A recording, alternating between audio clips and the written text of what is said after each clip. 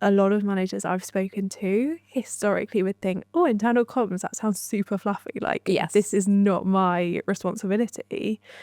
The minute I've then explained to them the switch and the gentle tweaks they can make, typically managers will come to me afterwards and be like, oh my God, like I've noticed such a difference in this. And so I think trying and going on that journey with them is also one of the most valuable things you can do when it comes to scaling your comms.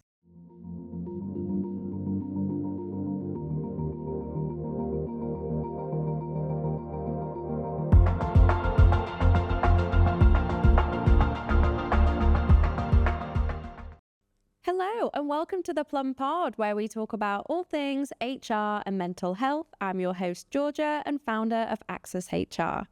If you haven't prioritized building an internal comms strategy, then this is definitely the episode for you. I'm joined by Abigail Cooper, people strategist, as she shares her blueprint for building a scalable internal comms strategy and the huge impact it's had on their attrition. Abby, hi. Hi. Thank you so much for joining me today. Thank you so much for having me. No, of course. And we were talking earlier around the podcast and the evolution that we're having. And naturally, having you as a guest is a really perfect fit for that.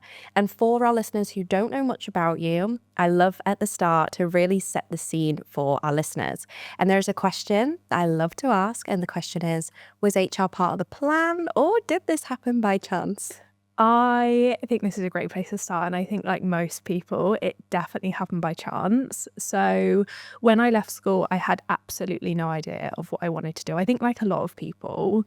And I found myself in an operational office admin role and kind of progressed to being an office manager. And within that role, I had the opportunity to take on a lot of the HR responsibilities. Now, if I look back, I definitely didn't know what I was letting myself in for at the time. But I very quickly really loved the opportunity of being able to connect the business strategy to the people, because I always saw them as quite separate. And it was almost like a light bulb moment for me. And then I've worked in kind of scaling businesses, startups ever since. I've been very addicted. I always find it really interesting, actually, when I ask that question, because most of us have started with an admin role and then HR tasks just somehow slip onto our desk and then we stay within the industry. What was your first HR role where you had the HR tag to it rather than just admin? It's so interesting. So I did a combo role for such a long time. And I remember one of the first things I worked on was a flexible working policy. And I remember having to like dive into the legislation and think about how things were going to be perceived. And that was really into the deep end. Again, I look back and I'm like, how did I have the confidence to do it? So I feel like now I'd second guess myself more. So I feel like naivety was my friend. And that was kind of my first time where I was like, oh, okay, like this is HR. This is what it's all about. And then from there, I did go into a HR admin position that was kind of fully HR and took away the office side of things. And yeah, that first experience, I look back and I'm like, it was crazy, but it really propelled me for the rest of my career and kind of set me up, which, you know, I'm very grateful for now. The lessons that we also have in those early days, they still stick with me. Now I'm nearly 10 years into the space and everything that I learned then is so important. And for the evolution of AI and everything that's changing, I do feel that each of us need to be really intentional about that. It's so true. And I think you've probably seen the same. Like you started off, and when I started, it was HR, and then we've seen the shift to people. And I think as I've been learning, it's been great to see that evolution and also be able to have like a really small part to play in how HR and people teams are perceived. Because I think, you know, if I go back to when I started in an admin role and I very much thought it was based on admin, but it's so much deeper than that and so much more strategic. And there's so much to think about that it's really exciting. And I hope as well that, you know, people can see now the broad spectrum of things that we work on is not just admin or processing leave requests or the things that are typically more visible to people. And that's actually so important for the future of work, like moving from that compliance lane. And we've spoken about that in a few episodes really, and it's a really common thread I'm noticing. But one thing in particular that we haven't spoken about is internal comms, and in terms of the future of work and what that actually looks like, because you and I were talking about this previously, but what actually is the future of work and what do we need to prioritize? And we both were like, yes, internal comms. So could you just explain to me what actually is internal comms and why are we hearing about it now? It's such a good question. And I would say if I go back 5 years, I had no idea. So I think if I go back to that time, I used to think it was all about information dumping and giving people all the information that you had, when I actually think it's a really incredible system for people to make sense of the business. And I think like most people, if we go back to before COVID, I worked fully in an office and you learn by osmosis, you overhear things, you see what different people in the business are working on. And COVID pretty much overnight switched that. So we now find ourselves in a distributed world, so many people work remotely across different countries. And internal comms fills that gap because people lost all of that kind of in-person kind of connection that they picked up on. And so I think it becomes the way people experience the company through the way you communicate to them. And it's all about that emotional infrastructure, I think, that you build for them. So when I say it's not about information dumping, it could be as simple as saying, this is what we're working on, this is what to expect next. And I think that really helps people to feel less anxious and feel more calm and therefore then enabled to do their best work. I've definitely noticed that people struggle with that information dump and overload, where now, because everything is so accessible to us, a lot of line managers want to share all the information that they have, but then equally that can be quite damaging. And I'm noticing we're having to strike that balance between what is the correct information to give, but then also what's an overshare, which potentially may actually lead to a bit of missold promises and misunderstanding. And I've definitely seen that things like talking too far ahead of growth and opportunities and promotion and progression to an employee because you're really excited, but then that doesn't happen within the timescale that they're perceiving that. And then we have a disconnect. It's so true. And I think, something that I think people are really scared of, and I've spoken to managers about, is they're like, if I don't say anything, people are going to fill the gap because silence is communicating just as much as words do.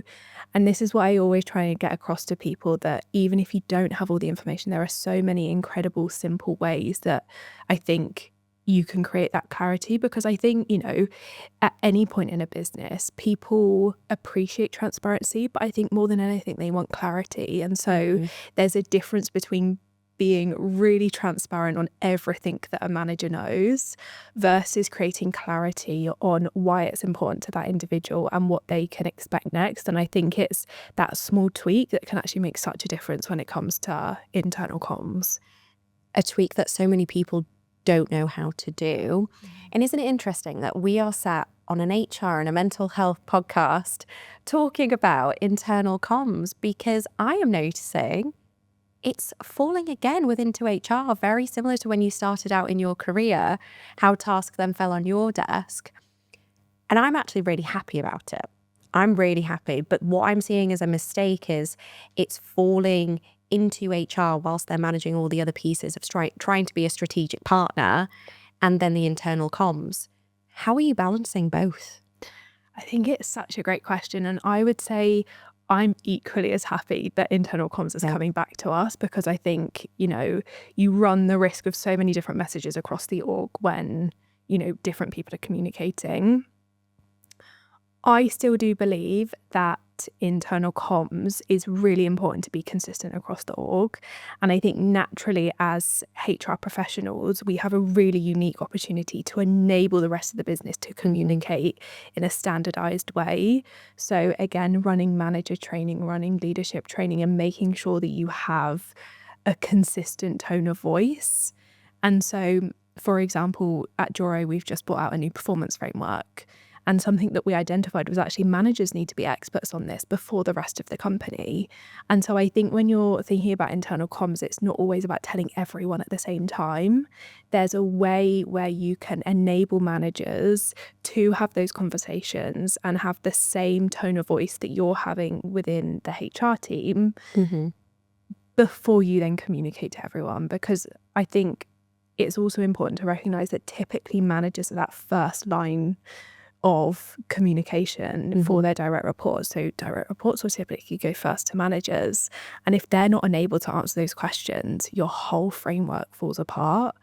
And we spend so much time building incredible frameworks that if people don't know how to use it, it becomes worthless. And it becomes lost in translation. I absolutely love that you mentioned then we do need to start with our managers, and simple things like enabling them, but also getting buy-in from them helps with the communication. Where I think the misunderstanding sometimes happens is people think of internal comms as what's going on in the wider company, which is a wider communication strategy. But how are we being intentional about the experience? Exactly what you just said. How do we communicate that? But also, how do we communicate the why behind that? Why are we actually doing this rather than doing it for the sake of doing it, where people just don't really understand? Right. And I think one of the most valuable lessons that you can teach managers is typically, as managers, they are promoted and they say, this decision has been made, this is what's happening. And I think training them to give context behind that, first of all, and completely kind of flipping the order of that can be so valuable. And I also think as well, it's setting the tone with employees as well. So I'm so passionate about onboarding and the whole experience that people have coming into the company. And something that, again, at Joro, we've put a lot of time into is thinking about how we communicate to people to set the tone. So from when someone signs an offer through to day one, we have 3 dedicated emails where information is split really intentionally based on what they need to know as they get closer to joining us. And I think looping managers in on that, again, giving them visibility of how you're communicating and really co-creating like their onboarding plan. So when that employee comes in, the manager is already an expert on all of the things that we've been working on. And I think not only does that set things off well for the employee, it sets the manager up for success to be a trusted person that that employee can go to when it does come to more complex topics like performance or progression or pay. It starts to build the relationships as well. I'd be interested to know, since being so intentional with your communication for onboarding, what impact have you seen in terms of retention of new hires? Yeah, so it's something that I think our retention is very high at Joro, and we're really lucky to have that. Our onboarding score sits around a 9 out of 10 on average, which Amazing. is incredible to see. And, it's definitely a team effort from everyone at Joro. And something that often gets called out is we are fully distributed. So we've got people in Europe, London, the US. And one thing that's always called out is the people and the connections. And I think, again, that really links into internal comms and being really intentional with where people can go when they need to find different bits of information and having that accessible and having those connections that I think were really lost for a while after everyone kind of switched to this model, having been based in offices where you could just walk over to someone, and we don't have that anymore.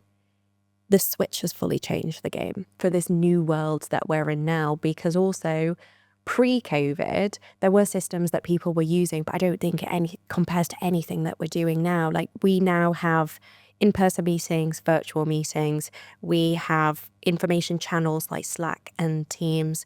We also then chat amongst ourselves. We also have emails. That we have never had so many streams and methods of communication in our lives, yet we're having to adapt to that. How can we know which stream is the best internally for managing communication? I hope listeners don't hate me, but I would say it would differ for every business. I would say universally, I think one of the most valuable things that people can do is really get to know their audience. I think so much of the time being distributed means there's often a disconnect between understanding where is that individual going to get clarity, how do they understand what the business strategy is, what's expected of them.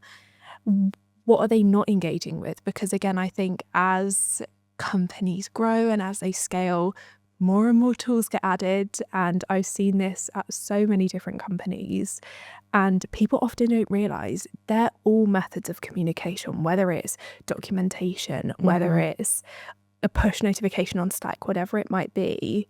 And so I think the first thing I would say is really get to know their behavior. Where are they going? What are they not engaging with? What feedback are you getting? I would then always recommend that people do a channel audit for that exact reason, that so much of communication people just don't even recognize as comms.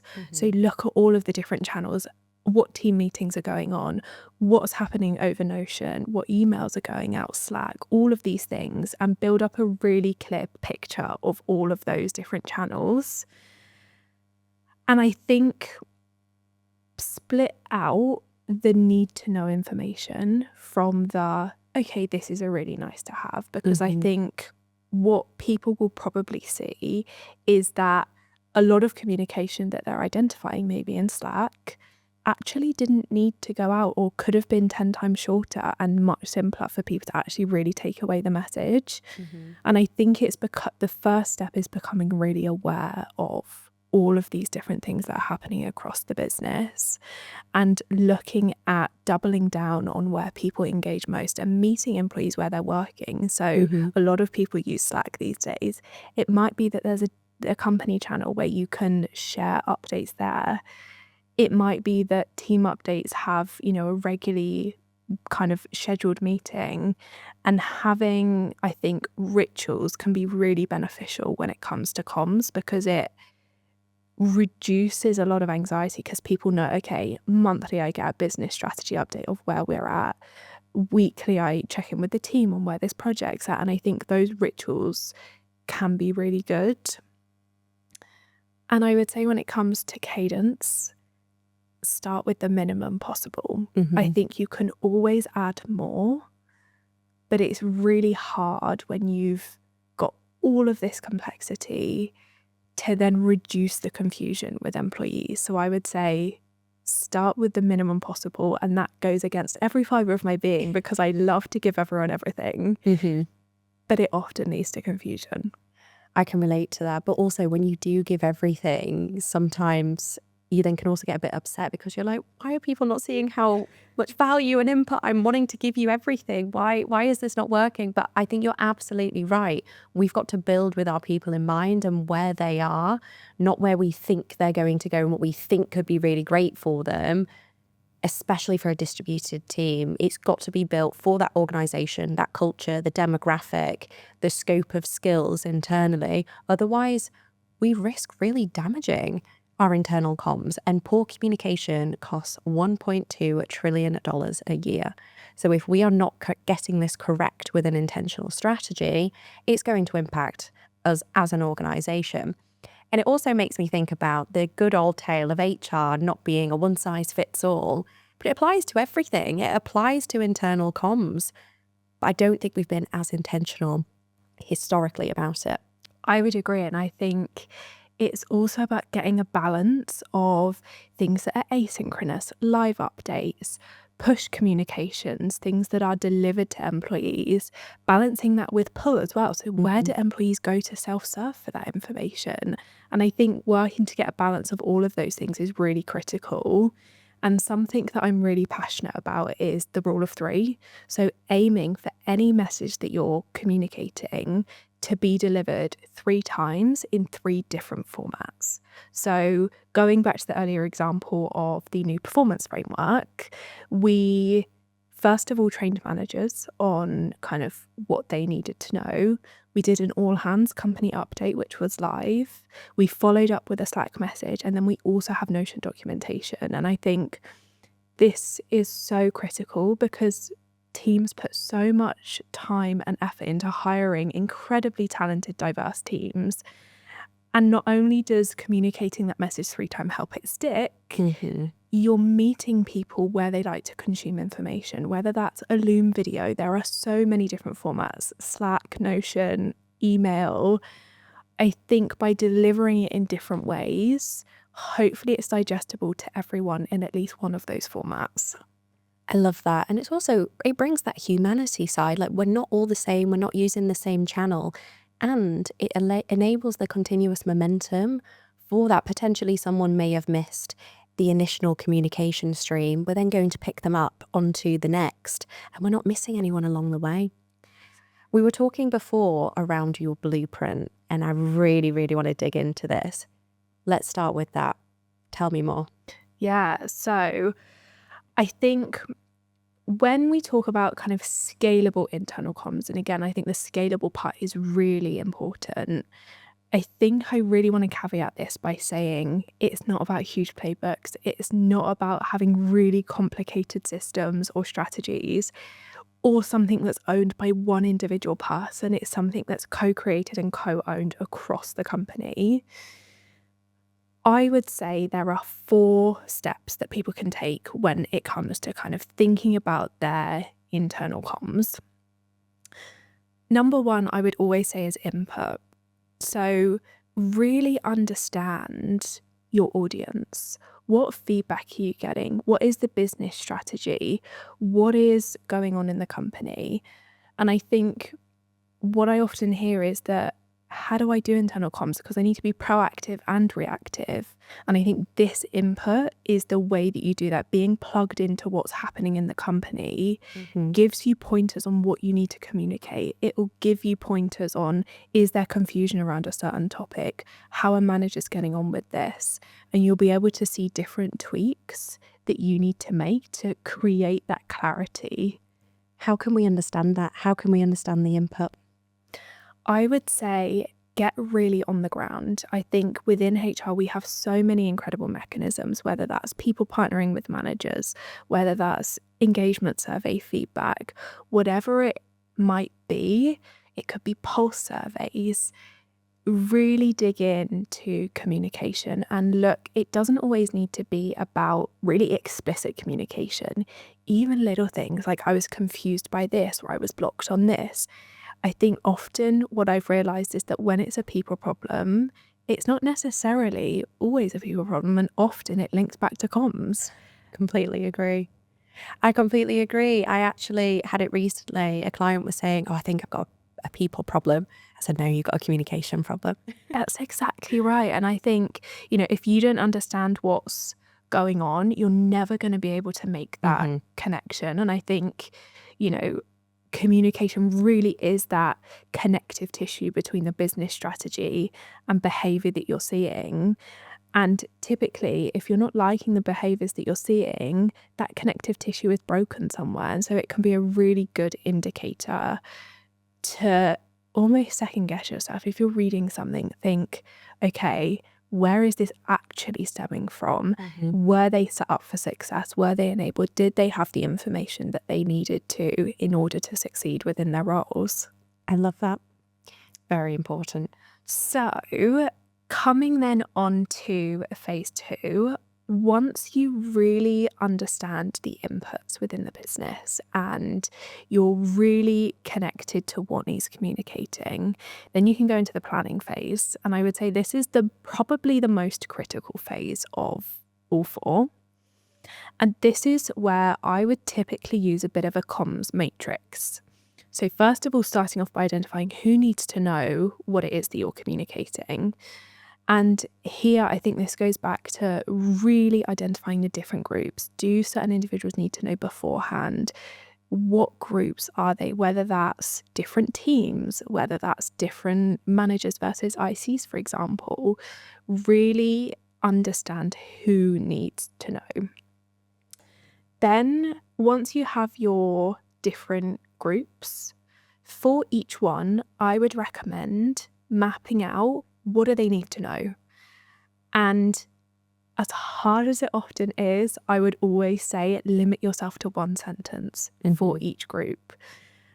As I kind of said, I always fall into the trap of wanting to communicate everything. And the first time I did this exercise, I remember it was about 5 years ago, I put everything down. And very quickly, my own comms became confused because I didn't know what the core thing I wanted those people to take away was. So I promise we'll come to depth in a second. But for this part, write one sentence of the key takeaway for each of those groups. I also can imagine with that, it provides clarity to the wider organisation, though, of who needs to know what information, when and why, Yes. which makes it very visual for everybody. And I think a lot of us benefit from having visual resources like a matrix. So I can imagine that the impact that you've seen from that is actually really beneficial internally. Yeah, definitely. And I think also in sequencing. So once you understand who you're communicating to and what you want to say, that's when you go on to the timeline. And I think without the first two parts of that matrix, we're going in blind because, if it's a new framework that's launching, for example, you can work backwards from that and give yourself proper time to train managers, to enable ICs to have questions and interactive sessions and follow up to really ensure that when that launches, it's being adopted and engaged with across the business. And so once you have the who, what, and when, I think you can then go into the depth and flesh it out a little bit more about the flow. So this is really where I think storytelling can come in incredibly well, and where rather than just saying the decision, you can add in the context and reasoning behind that, and also open yourself up to get input from people. And so I would say generally around 5 bullet points for this section. And again, the reason I say don't go too many more than that is because otherwise I would just dump everything. And I think you then merge into that oversharing, which is ultimately going to cause so much more overwhelm and anxiety for people than keeping it simple. And I've had managers say to me, oh, but I'm really worried about this and I really want to include this. And my counter to that is always people will let you know what they'll ask questions, and you can then build out frequently asked question sections or whatever it might be for people to then co-create that resource. Because I think something I'm really passionate about is once you've created something, it's not set in stone, it's living. And so it will continue to evolve as people ask questions. And I think if you start from the minimum possible, people are clear and they actually know where they need to ask questions because they can understand what you're communicating. It also makes it easy to understand. It takes out the complexity. People know at which points they can come in and ask questions for yourself. And I love that you mentioned as well with an FAQ as a fallout potentially. Because of that, the whole reason why all of this is being created is to improve comms. And I love how you mentioned then around the clarity piece and not confusing. And I personally, when I reflect on my career as you're talking, I also have done it where I've overwhelmed, putting too many points. The inner people pleaser has come out where I'm like, I want to tell them everything so that they understand what I'm going through in the process and the end to end, but they don't need to know all of that. So I love how you said previously, the one sentence, planning, depth, and the storytelling side. I love that. Thank you. And I think I also am so much of a people pleaser, and I've done it so many times, and it gets to the point where, there's two spectrums. You've got oversharing and you've got undersharing, and you want to strike a balance, and it's like, oh, but they need to know. And I think something that I've found really helps with that matrix is I would look at that message as one message, but actually splitting it out is, I find I typically cover all the information I want to say, but just not everyone needs to know everything. Yeah. So I can tell managers what they need to know from their perspective, and then ICs. And so that's something that's really helped me when it comes to thinking about comms and personalizing it to the audience as well. And how often do you revisit your comms strategy? I would typically say every quarter. Now, To a lot of people, I think that sounds frequent, and it will vary depending on the pace of change within the business. But certainly in startups, things change so quickly, and so much is going to happen over 3 months that I think internal comms cannot be underestimated. I think I read a statistic that was from McKinsey, and they did a piece of research that found that employees that have good internal comms are 3.5 times more productive. And so I say quarterly because I don't think companies can afford to let it fall to the wayside when so much has changed. And when it comes to kind of after you've planned, you then execute, and that's where you share your comms and the rule of 3 comes in. The final part of internal comms, which I think is so often forgotten, is feedback and tweaking and being fluid and understanding what's working and what's not. And going any longer than that, you're probably going to become disconnected from what's working and what isn't. I think a lot of us, typically within being in the HR lane, will revisit a strategy every 12 months. Pre-pandemic, that was definitely happening. The world of work is evolving so fast that I absolutely love that you just said quarterly as a minimum, I would say, because everything is changing. What worked yesterday more than likely won't work. What worked yesterday more than likely won't work for tomorrow. And it's how can we also be progressive and advanced, but also the scalability that we were talking around earlier with our teams. I think it's so true. And one thing I would say is when you're thinking about being scalable, I think it's inevitable as people grow and as you add more teams and more managers, different tools are also going to grow and they're going to multiply and there's going to be more complexity. And that's all part of the fun of working in a scaling company. One thing that I always encourage everyone to do when it comes to internal comms is have one source of truth. So although you want to deliver a message in different ways, whether that is for us at Draw it's Notion. So as a minimum, if people are confused, they should be able to go to Notion and find out about their business strategy. How are we doing on metrics and OKRs? What about onboarding? What are our current processes? And that all lives in there as a minimum. And training the team and managers to become really familiar with that and archive old pages because it does build up, I think could be really, really beneficial when it comes to scaling because at a minimum, if everything else doesn't work or people don't engage with everything else, which is unlikely, people have that one source of truth that they can really trust. That's also so important because without that one source of truth, I do think we run the risk of tool fatigue where we have so many tools, nobody actually uses them because they're just like, it's just another one to add to my to-do list. Whereas having that one source of truth, I think a lot of organizations can take inspiration from that. And for us as HR professionals, we can typically let that fall below the waistline because we are trying to do a bit of everything. But if we really hyper focus on what is actually going to move our internal comp strategy forward, that will also make our lives a lot easier.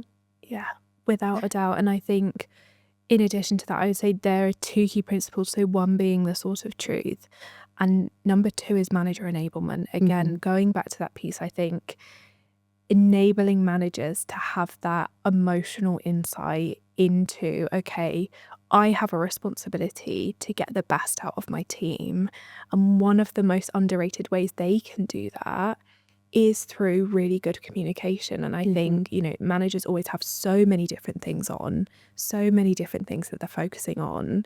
But having like a monthly recurring manager forum, for example, can be really helpful because not only is that your strategy for communicating to your manager group, you can teach them about storytelling, you can teach them about that emotional insight, which a lot of which was lost, as we said, over COVID when people are really distributed, and building that relationship with their team. And I think communicating that value to them on why this is really important, going back to productivity and building their relationships with the team, a lot of managers I've spoken to historically would think, oh, internal comms, that sounds super fluffy. Like, Yes. this is not my responsibility. The minute I've then explained to them the switch and the gentle tweaks they can make, typically managers will come to me afterwards and be like, oh my God, like I've noticed such a difference in this. And so I think trying and going on that journey with them is also one of the most valuable things you can do when it comes to scaling your comms, because they're also closest to their teams. Yep. In HR, we see it all across the business, but we can't be everywhere all at once. And so to get those valuable inputs on what needs communicating, you're going to need to be connected to your managers to get that insight from them as well. Every scaling business needs a monthly manager forum. Even if there's not a lot going on, and I'm putting this in inverted commas because that's the response I get, it's the communication and building those relationships and understanding on the ground what is really going on. Even using scenarios as examples, it's a way that we can build those management communication capabilities for a better future. I absolutely love that.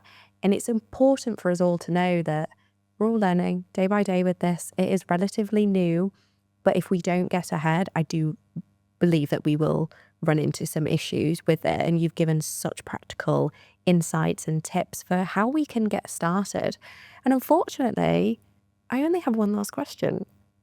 And the question itself is very reflective. And I really want to think about when you were in the admin role, so all these HR items are falling onto your desk. Looking back on your career, what is one piece of advice that you would give your younger self? Good question. I would say this is super simple, but it's something I think I've become more aware of, and it's what if it all works out?